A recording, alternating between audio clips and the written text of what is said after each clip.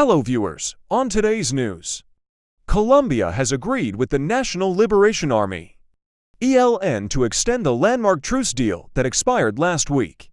The government in Caracas said on Tuesday that it has agreed with Colombia's largest remaining armed rebel group to extend the suspension of conflict by 6 months. The deal offers further hope of an end to decades of violence. President Gustavo Petro signed in August last year a deal with ELN for a 180-day halt in fighting following lengthy negotiations. The truce was lengthened by 5 days after it expired last week. The parties released separate statements early on Tuesday, announcing a further 6-month extension. Colombia has suffered more than half a century of conflict between the government and various left and right-wing armed groups, as well as drug traffickers. ELN started in 1964 as a leftist ideological movement by students, union leaders, and priests inspired by Cuba's revolution. It is believed to have about 4,000 fighters in Colombia and is also present in Venezuela, where it runs illegal gold mines and drug trafficking routes.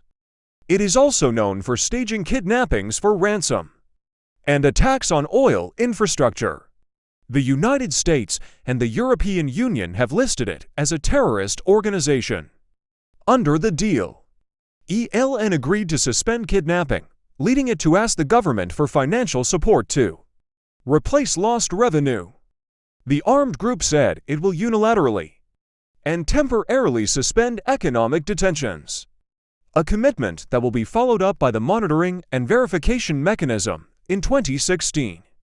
A peace agreement disbanded the Marxist Revolutionary Armed Forces of Colombia, known as FARC, that made ELN the country's largest remaining rebel group.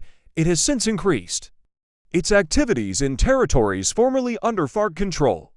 In 2019, peace talks with ELN were called off by conservative former President Ivan Duque after a car bomb attack on a police academy in Bogotá that killed 22 people. Talks between Bogotá and the ELN were relaunched in November 2022 in neighboring Venezuela. Several rounds of peace talks have followed, with the process supported by Mexico, Norway, Venezuela, Cuba, Brazil, and Chile as guarantors. Thanks for watching, and please subscribe to our YouTube channel.